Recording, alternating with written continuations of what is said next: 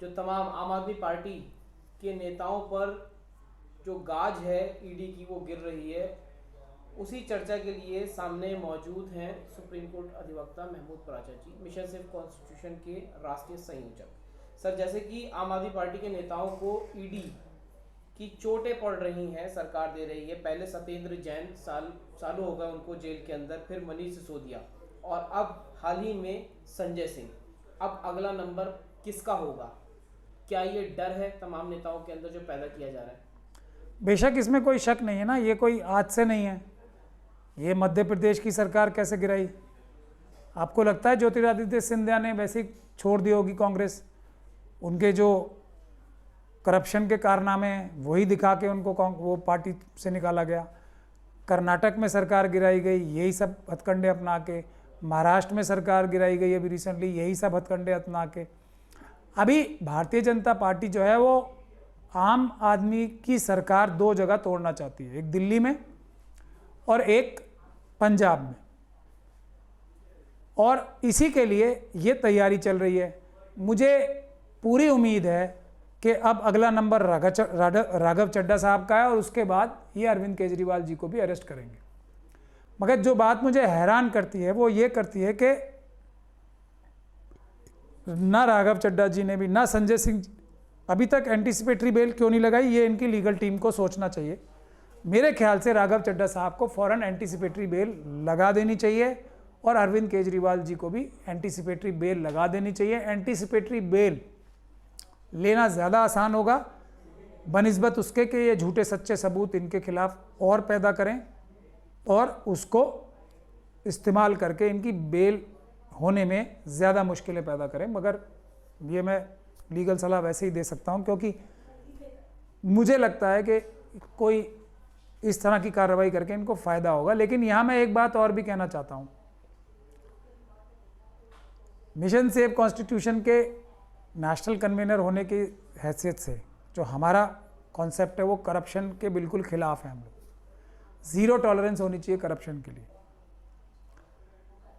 और करप्शन का एक आयाम ये भी होता है जो सेंट्रल इंटेलिजेंस एजेंसीज अभी जो करप्शन कर रही हैं, मैं मेरिट्स में जा ही नहीं रहा है, मैं ये सोच लेता हूँ कि हाँ ईडी के पास सबूत हैं, आम आदमी पार्टी के नेताओं के खिलाफ सीबीआई के पास सबूत हैं, तो क्या जो एलिगेशंस इनके ऊपर लगाए जा रहे हैं वो एलिगेशन उससे बड़े हैं जो भारतीय जनता पार्टी के कैबिनेट मिनिस्टर जो सेंटर में हैं, जो विभिन्न उनकी सरकारें चल रही हैं, ख़ास तौर पे जो हेमंत बिस्वा शर्मा हैं, शिवराज सिंह जी चौहान हैं, जो चीफ मिनिस्टर्स हैं इनके, या हरियाणा के खट्टर साहब हैं, या उत्तराखंड के जो इनके चीफ मिनिस्टर हैं वो हैं, उनके ऊपर अगर करप्शन के केसेस और उनके मंत्रियों के ऊपर करप्शन के केसेस और इस तरह के घोटालों के केसेस ही करने शुरू के बीजेपी के सेंट्रल मिनिस्टर्स के खिलाफ, आरएसएस के ऑफिस बियरर्स के खिलाफ जो टॉप ऑफिसर्स हैं, और बीजेपी के टॉप ऑफिसर्स के खिलाफ अगर केसेस शुरू किए जाए, और पैरिटी जो है ना, जो किसी न्यायप्रिय अफसर की जिम्मेदारी होती है वो ये होती है कि जो सबसे बड़ा चोर है उसको सबसे पहले पकड़ा जाए, उसके बाद अगर फाइनेंशियल टर्म्स की बात हो रही है तो उसके बाद धीरे धीरे उन लोगों का नंबर आता है जिन्होंने कम बड़ी चोरी की हो या जिनके ऊपर कम बड़ी चोरी के एलिगेशंस हो। उस हिसाब से अगर देखा जाए तो ईडी और इन्फोर्समेंट एजेंसीज की बात को सच भी माना जाए तो आम आदमी पार्टी के लीडर्स की, दूसरे एनसीपी के लीडर्स की, या जो दूसरी पॉलिटिकल पार्टीज़ हैं, ये टीएमसी के लीडरशिप की, या कोई भी पॉलिटिकल पार्टी का नाम ले लें आप, उनके ऊपर जो एलिगेशंस हैं वो अगर वो बनाई जाए ना पायदान, तो पायदान में सबसे नीचे आएंगे।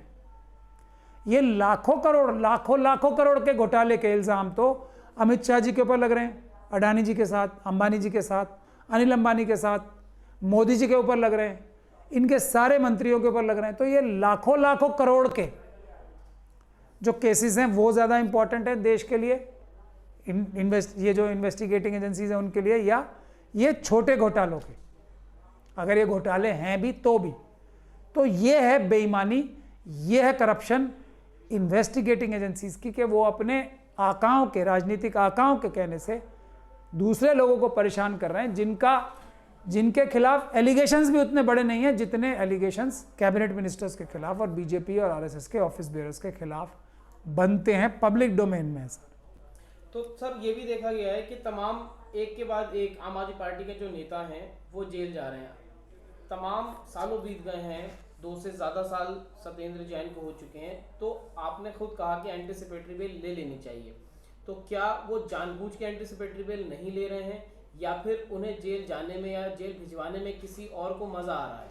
तो ये अभी तक सवाल है, क्योंकि तमाम लॉयर्स हैं जो ये सलाह दे सकते हैं, वो ऐसा क्यों नहीं कर रहे हैं? इसके पीछे का कारण क्या देख रहे हैं आप? नहीं, ये तो हर एक लीगल टीम की अपनी अपनी होती है। मैं ये नहीं कह रहा हूँ कि एंटीसिपेटरी बेल ले लेनी चाहिए, एंटीसिपेटरी बेल अप्लाई कर देनी चाहिए। बेल होने के चांसेस एंटीसिपेटरी में ज़्यादा रहेंगे। और जो ये विंडिक्टिव नेचर से, जो मैंने अभी एक्सप्लेन किया आपको, जो विंडिक्टिव नेचर से, जो सच्चाई ढूंढने के लिए नहीं, विंडिक्टिव नेचर से या अल्टीरियर मोटिव से जो इन्वेस्टिगेशंस चल रही हैं अभी, उसमें रोक लगाने में ज़्यादा आसानी होगी अगर एंटीसिपेटरी बेल लगाई जाएगी। मैं बहुत एक्चुअली पजल्ड और हैरान हूँ कि ऐसा क्यों नहीं किया गया। और ये कोई आम आदमी पार्टी के साथ ही नहीं हो रहा है, ये टीएमसी के नेताओं के साथ हो चुका है, ये सबके साथ हो चुका है, सब पॉलिटिकल पार्टीज़ के नेताओं के साथ हो चुका है। वो नवाब साहब हैं एक, वो जो एनसीपी के लीडर हैं, महाराष्ट्र के मंत्री थे, उनको भी अप्लाई करनी चाहिए थी। लेकिन इतने सारे एग्जाम्पल्स देखने के बाद भी आम आदमी पार्टी, जिसके ऊपर मुझे लगता है बहुत बड़ा खतरा मंडरा रहा है, उनकी दिल्ली और पंजाब की सरकार तोड़ने के लिए पूरी ताकत लगाई हुई है आरएसएस और बीजेपी, तो ये क्यों नहीं कर रहे हैं, ये मैं भी इसमें पसंद हूँ। मैं इसके बारे में कुछ नहीं कह सकता, सिर्फ यही कह सकता हूँ कि ये अलग अलग लीगल टीम का अपना अपना अलग अलग स्ट्रैटेजी होती है, और अलग अलग कोई भी ग्रुप या पार्टी होती है उसमें इंटरनल राइवलरीज भी होती हैं, वो कई बार पूरी पार्टी को नुकसान पहुंचाती हैं।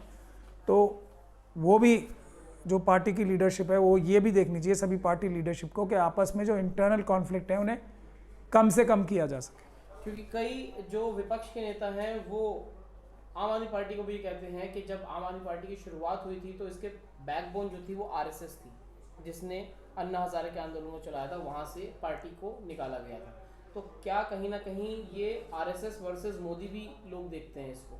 ऐसा नहीं, ऐसा नहीं है। देखिए, वो तो शिवसेना भी, तो जो अब ये सरकार आई है ना, तो अब आरएसएस ने जिन लोगों का भी इस्तेमाल किया, अरविंद केजरीवाल जी का भी इस्तेमाल किया होगा, बहुत लोगों का इस्तेमाल किया, तो जब इनकी डायरेक्ट, जैसे कांग्रेस पार्टी को भी बहुत समय तक आरएसएस के लोगों ने छदम तरीके से छुप के और धोखा दे के आरएसएस कांग्रेस पार्टी की टॉप लीडरशिप को बहुत मिसयूज़ किया, कांग्रेस पार्टी का भी, आज भी कर रहे हैं। लेकिन आज क्योंकि इनकी खुद की डायरेक्ट सरकार आ गई है आरएसएस की, तो ये अपने किसी भी ऐसे व्यक्ति को जिसको ये पहले यूज़ करते थे या मिसयूज़ करते थे या धोखा दे के या बहला के या फुसला के या किसी भी प्रकार से यूज़ करते थे, उन सबको ख़त्म करके ये सिर्फ अपना वर्चस्व बनाएंगे, आरएसएस का डायरेक्ट इंटरफेरेंस रखेंगे, किसी भी इनडायरेक्टली कनेक्टेड आदमी को भी ये बख्शेंगे नहीं।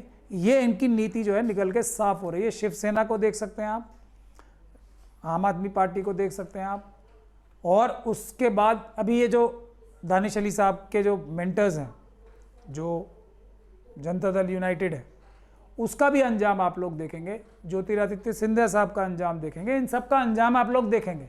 ये बख्शने वाले किसी को नहीं है, तो ये डायरेक्ट जो इनके हाथ में ताकत है। तो आम आदमी पार्टी को इस वक्त सबसे बड़ा खतरा है सरकार टूटने का भी और इनके नेताओं को भी जेल भेजने का, बाकी बचे हुए भी। तो मैं ये मानता हूँ कि ये सब चीज़ों की गलतफहमी सबको दूर कर लेनी चाहिए। कांग्रेस के अंदर भी बहुत सारे ऐसे लोग हैं जो आरएसएस के टच में, उनको भी छोड़ेगी नहीं आरएसएस। ये सोच रहे हैं कि मेरी कोई रिश्तेदारी है किसी से, या ये बहुत ही निर्दयी लोग हैं, ये यूज़ एंड थ्रो के एक्सपर्ट हैं। तो ये बात समझनी चाहिए। ये तो अपने लोगों को नहीं छोड़ते जब उनसे काम निकल जाता है, तो जिन लोगों से इतने बड़े बड़े काम कराए, कहाँ हैं वो उमा भारती जी, हालांकि वो ओबीसी समाज से आती हैं, कहाँ हैं कल्याण सिंह जी की फैमिली, और तो और अडवाणी जी की फैमिली कहाँ है, जो आज बीजेपी को 2 से यहाँ तक पहुँचाने में सबसे बड़ा योगदान अगर किसी का है। हालांकि उन्होंने गलत काम करके ही बीजेपी को इतना उठाया, और बहुत गलत काम, एंटी नेशनल काम करके उठाया, एंटी संविधान काम करके उठाया, लेकिन सबसे बड़ा कंट्रीब्यूशन तो आडवाणी जी का है ना। कहाँ है उनकी फैमिली? और तो और लेटेस्ट सुब्रमण्यम स्वामी जी कहाँ हैं? वो यूज एंड थ्रो हो गए ना, अब किस तरीके से बिल बिला रहे हैं। तो ये सब एग्जांपल्स जो मैं दे रहा हूँ, मैं उन लोगों के लिए दे रहा हूँ जो आरएसएस को किसी भी प्रकार से अपना दुश्मन या कम दुश्मन या दोस्त समझते हैं कि मेरे तो रिश्तेदारी है, मैंने इतने बड़े बड़े काम किए हैं आरएसएस के लिए। नहीं, ये एक प्रकार के खास मुट्ठी भर लोगों का संगठन है जो अपने अलावा किसी को नहीं बख्शेगा। तो ये ध्यान में रख के इनसे संबंध बनाएं। हमारे जो जितने मौलाना भी इनसे संबंध बना रहे हैं ना, 100-200 जो ऊपर वाले हैं, उनसे भी मैं बार बार बोल रहा हूँ, सोच समझ के संबंध बनाएं, छोड़ेंगे नहीं ये किसी को। तो तमाम आप लोगों ने सुना एडवोकेट महमूद प्राचा, मिशन सेफ कॉन्स्टिट्यूशन के जो राष्ट्रीय संयोजक हैं। उन्होंने जैसे आम आदमी पार्टी के ऊपर जो नेता हैं उन पे गाज गिरी हुई है ईडी की, तो 3 जो मंत्री थे वो जा चुके हैं। अब राघव चड्ढा और अरविंद केजरीवाल। अपनी राय कमेंट द्वारा ज़रूर साझा करें। धन्यवाद।